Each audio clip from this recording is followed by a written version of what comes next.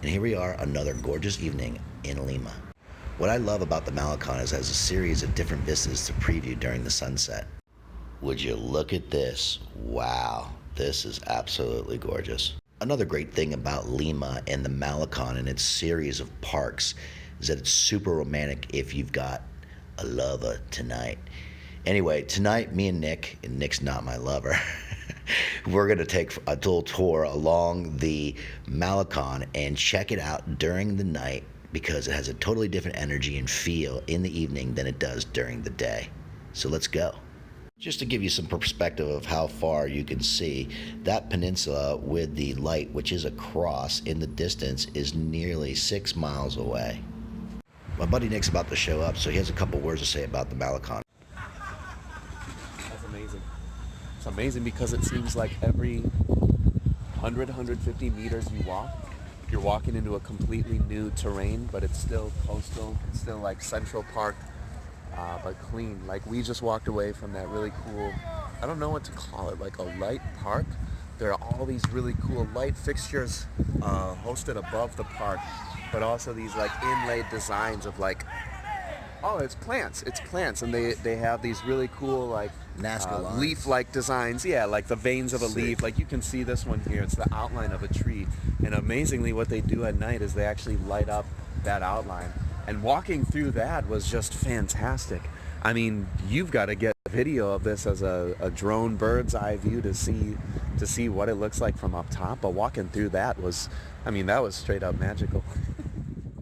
And here's what Nick was referencing. They resemble the Nazca lines, and this looks like a monkey. I'm walking along this path, discovering new and exciting places. And behind me, as you see, there is a park of basketball courts. Very clean, very well kept. One thing I'm really impressed with in the Miraflores, San Isidro, and Barranca areas of Lima is that it's very clean, very well kept. There's a lot of security. People are very comfortable with their cell phones out. And along these paths, I've shown you in other videos that I've covered here so far in my episodes. There is trees and grass, different grasses and designs like Nazca lines that light up at night that I've shown you here earlier. And it's a really unique experience. I'd have to say you could spend a couple days just exploring these 10 miles along the seashore and up here on this plateau above the Pacific Ocean. So I would highly recommend, if you come here, that this is a high priority and a jewel that can't be missed or won't be missed. On the way back, Nick and I stopped at this little restaurant called Candeleria, and boy, were we amazed. It had 2-for-1 pisco sours, and the food was fantastic. All right, Nick just combed the beard. Can't beat that. Can't beat these straight waves. We got waves like the ocean right here on the coast, baby. Yes. So anyway, we are here at a place called Candela, which is like the lamp or light. And this is a 4.7 star restaurant out of 5.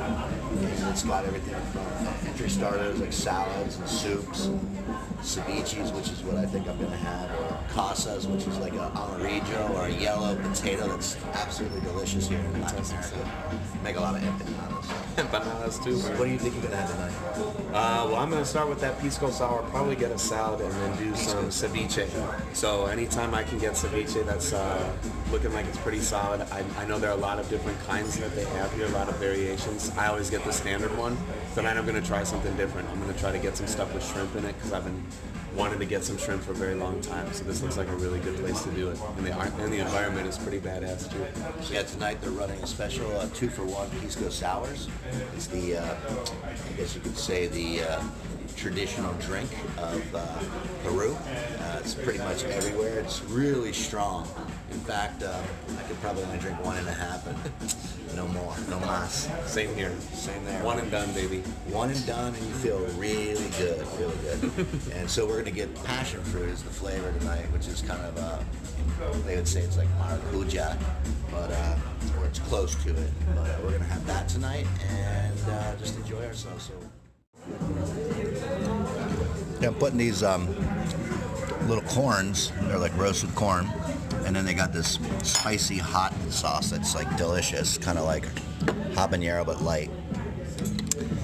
what you do is you just take a big old scoop of that, put it all over. That's the top. Pisco sour. Oh, maracuya. So smooth.